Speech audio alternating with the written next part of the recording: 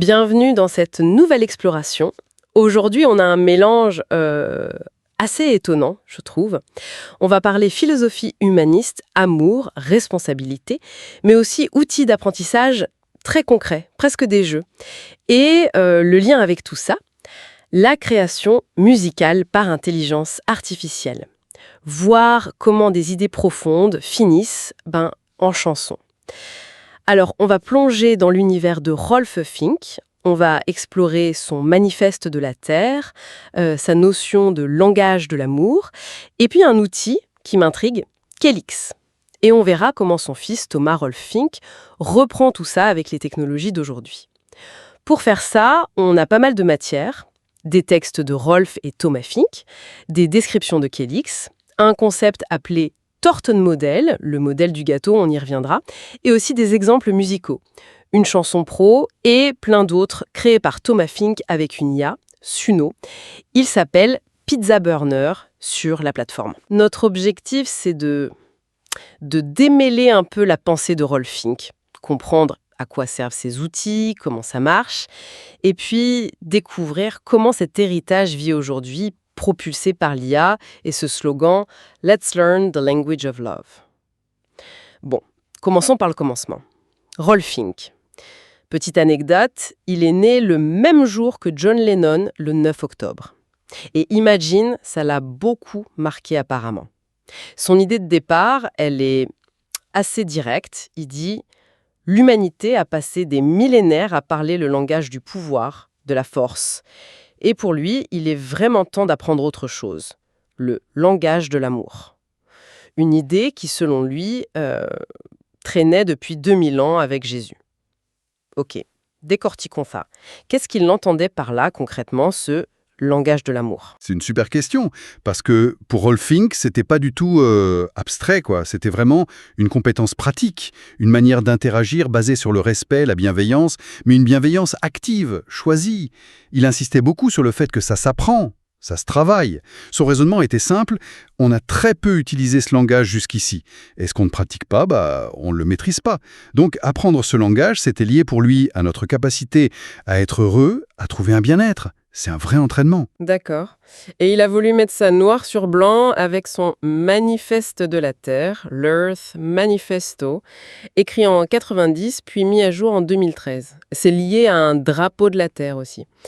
Et sa liste des capacités, des responsabilités qu'il trouve essentielles. En gros, il dit « Moi, individu unique sur Terre, dans l'univers, je peux aimer les autres et moi-même, je peux continuer à apprendre et sourire. Je peux nettoyer mes propres dégâts, utiliser seulement ce dont j'ai besoin, donner ce que je peux et être porteur de sens. » Voilà. Ce qui est notable là, c'est vraiment cette double idée. Responsabilité individuelle, oui, mais couplée à un potentiel énorme. C'est pas juste une liste de bons vœux, c'est affirmer notre rôle actif, notre impact possible, comme partie de la Terre, de l'univers. Le « je peux » et le « je dois », mais de manière constructive. Mais il n'a pas juste posé une philosophie, il a voulu créer des outils pour aider à apprendre ce langage. Et c'est là qu'arrive Quelix.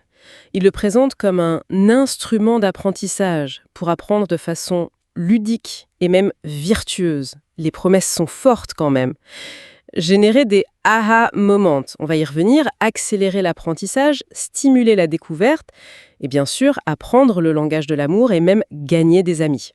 Alors, c'est aha moment. Le petit carré, le puissance 2, c'est important. Ça symbolise une prise de conscience plus forte, un flash de compréhension plus profond, plus transformateur qu'un simple aha. L'idée clé de Quelix, c'est que le jeu, l'exploration un peu légère mais structurée, ça peut être un super catalyseur pour ces moments de lucidité intenses et mémorables. L'insight, c'est que ça peut venir d'une exploration décomplexée, quoi. Et comment ça marche concrètement alors? C'est un jeu de société? C'est très simple en fait. Et ludique. Il y a un dé spécial oui-non, 2 dés normaux, de 1 à 6, et surtout 36 cartes. Ces cartes couvrent 6 grands domaines de la vie. L'amour, le travail, etc. Par exemple, la carte As de l'amour. Le joueur, il peut choisir une carte ou alors laisser les dés décider. Un dé pour le domaine, l'autre pour la carte. Et au dos de chaque carte, il y a entre 3 et 8 questions, ou des pistes de réflexion. Des impulsions, comme il disait. C'est juste des invitations à réfléchir, à discuter, pour ouvrir les portes vers ces fameux aha moments. Et comme le disait Rolf Filk, pour apprendre activement le langage de l'amour. Intéressant cette idée de provoquer des déclics par le jeu. Mais cet outil Calyx, il sort pas de nulle part, j'imagine. Il fait partie d'un truc plus grand. Exactement. Calyx, c'est la cerise sur le gâteau, c'est comme ça qu'il le présente. Le gâteau, c'est le torteur modèle, le modèle du gâteau à 4 couches. C'est sa métaphore pour représenter toute son œuvre, une structure qui relie ses différentes idées de manière cohérente. Oui, l'image du gâteau, c'est parlant pour visualiser ça. Alors, ces couches, elles s'articulent comment, en partant de la base? Alors, tout en bas, la base, la première couche, c'est choices, les choix. L'idée fondamentale, c'est qu'on a la capacité de choisir. Choisir notre comportement, nos réponses, nos attitudes, surtout dans nos relations, dans les groupes, les organisations. Les sources disent qu'il s'est inspiré de travaux comme ceux de Zerkesvosch Mangir, là-dessus. C'est le point de départ. On a le choix. D'accord. La base, c'est la conscience du choix. C'est ça. Juste au-dessus, deuxième couche, exercises, les exercices. Ça correspond à un livre qu'il a publié en 98, Die 7 Meilenstiefel, 7 einfache Übungen fürs Leben. Ça veut dire les bottes de 7 lieux, 7 exercices simples pour la vie. Donc le livre donne 7 exercices pratiques pour se préparer aux défis et aux épreuves. Rolf Fink disait souvent « La vie nous donne d'abord les épreuves et ensuite seulement les leçons ». Ces exercices, c'est une façon de s'équiper un peu avant. Cet exercice simple. Le mot simple est sûrement ironique, vu les défis de la vie. Et on apprend que c'est son fils Thomas qui a trouvé le titre, et qu'il reste quelques exemplaires du livre. C'est exact. Des exemplaires auto-édités, qu'on peut d'ailleurs obtenir auprès de Thomas Rolf Fink. Ensuite, troisième couche, vocation. La vocation. Là, on est dans la découverte de ce qui nous anime vraiment. Nos talents uniques, notre juste place, quoi. Ça vient de son expérience en RH, en conseil, notamment dans les fusions-acquisitions. Il cherchait vraiment à mettre les bonnes personnes au bon endroit, surtout en leadership. Il était convaincu que c'était la clé pour l'épanouissement des gens et l'efficacité des équipes. Il a même développé un outil pour ça, Amexcel, pour aider à identifier les talents, les motivations profondes. Amexcel, d'accord. Berufung und Talent finden, qui décrit tout ça avec 21 annexes, l'outil Amexcel, des questionnaires adaptatifs. Sa conviction, c'était « vaut mieux trouver un boulot où on est heureux que s'épuiser dans une course stérile ». Logique. Et enfin, tout en haut, la quatrième couche, la fameuse cerise. Calyx AH-, l'outil d'apprentissage ludique dont on a parlé. Il vient couronner le tout. Il permet d'intégrer, d'explorer les apprentissages des autres couches de manière continue et engageante. Alors, qu'est-ce que ça veut dire tout ça? Si on regarde ce Thornton modèle, on voit un parcours en fait. On part de la conscience de nos choix, choices, on s'entraîne, exercises, on cherche notre place, notre contribution, vocation, et on intègre tout ça en continu en jouant Calyx. L'idée forte, c'est que le bien-être, une vie qui a du sens, c'est pas juste une question de philo ou d'exercices séparés, c'est un tout. Un édifice qu'on construit, du choix de base jusqu'à l'apprentissage ludique. C'est une vision très intégrée. Mais cette idée d'apprendre un langage de l'amour, c'est beau, mais concrètement, face aux conflits, aux galères du quotidien, ça marche comment? Au-delà du jeu Calyx, est-ce que le modèle dit quelque chose là-dessus? C'est une excellente remarque. Le modèle, surtout avec les couches choices et exercices, il suggère que le langage de l'amour, c'est pas l'absence de conflit. C'est une manière différente de gérer le conflit. Les choices, ça veut dire décider consciemment de rester respectueux même dans le désaccord. Les exercices, ils visent justement à nous renforcer pour gérer les coups durs sans tomber direct dans l'agressivité ou le repli. Et Calyx, lui, il peut servir après coup pour analyser une situation difficile, ou même avant, pour préparer une discussion délicate, en explorant les options dans un cadre sûr. Donc c'est pas une formule magique, c'est plus une boussole, une boîte à outils pour naviguer les relations de façon plus constructive. D'accord, c'est plus clair. Et cet héritage intellectuel, pratique, il n'est pas resté figé, il continue d'évoluer. Grâce au fils, Thomas Rolf Fink, il raconte avoir vécu un truc fort récemment, un saut quantique personnel, en se mettant à fond dans les IA génératives comme Suno pour la musique et en apprenant à prompter, à bien parler aux machines. Il parle d'une explosion de créativité et de productivité, d'une joie retrouvée, et c'est là que ça devient vraiment intéressant. Comment cette philosophie rencontre l'IA? Oui, c'est une rencontre. Assez fascinante, Thomas Fink a lancé un projet musical, sous le pseudo Pizza Burner, sur Suno et YouTube principalement. Son but est clair. Il veut utiliser la musique pour faire connaître les idées de son père, le Manifeste de la Terre par exemple, et aussi pour diffuser son propre message, qui fait écho à celui de son père. Let's learn the language of love. Pour lui, la musique, c'est idéal. C'est universel, ça parle direct aux émotions, ça passe parfois mieux que les longs discours. Et lui, qui rêvait de musique sans jamais s'y mettre vraiment, l'IA, comme Suno, ça a été une sorte de libération créative, quoi. Et ça donne quoi concrètement, ces chansons? C'est juste les textes du père mis en musique? C'est plus que ça.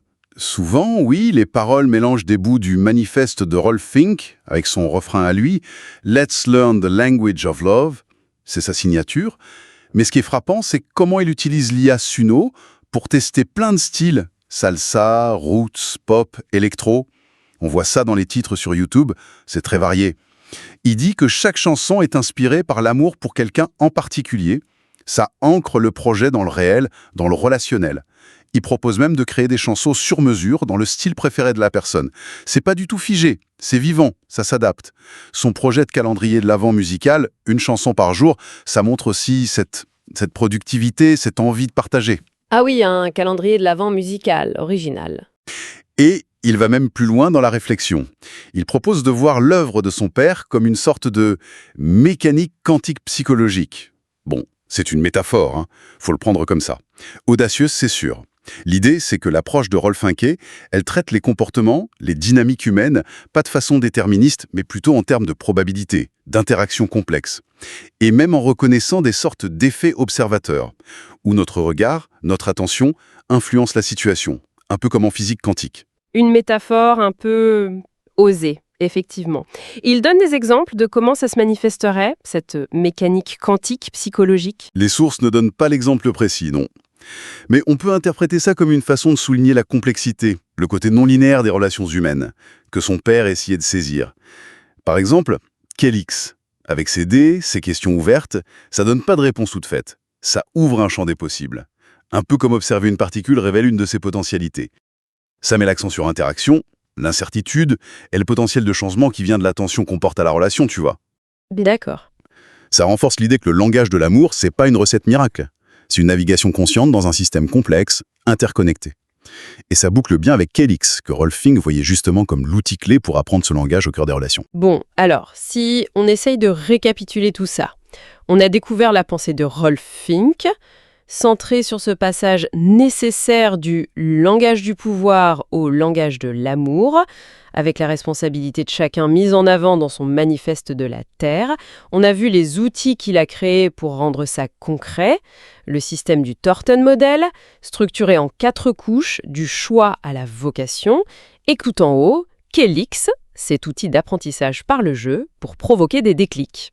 Oui, et on a vu comment cet héritage est repris, transformé aujourd'hui par son fils Thomas Rolf Fink, qui utilise des outils très modernes, l'IA, la musique en ligne, pas juste pour conserver les idées, mais pour les rendre vivantes, accessibles, et pour y ajouter son propre message. Let's learn the language of love. C'est une illustration assez saisissante de la transmission, de l'adaptation d'une pensée à travers les générations et les technologies. C'est vrai que cette rencontre entre une philosophie, une pédagogie développée sur des décennies et les possibilités de l'IA, c'est assez notable. Ça montre que des questions fondamentales, apprendre tout le temps, communiquer avec respect, chercher du sens, restent hyper actuelles et peuvent trouver de nouvelles voies.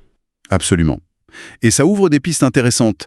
Comment la technologie peut servir pas seulement à diffuser de l'info, mais peut-être aussi à aider à l'introspection, au développement perso, comme le fait Thomas Fink avec sa musique qui porte un message. Du coup, pour finir, une pensée à emporter, qui découle un peu de tout ça. Si apprendre le langage de l'amour, c'est vraiment une démarche active, un entraînement, comme le disait Rolf Fink, et si son Thornton Model nous rappelle l'importance des choix de tous les jours et des exercices pour se muscler un peu, alors même sans avoir Kelix sous la main ou une IA, quelles pourraient être nos propres micro-décisions, nos petits gestes conscients chaque jour pour commencer ce chemin ? Voilà, une petite question pour continuer à y penser.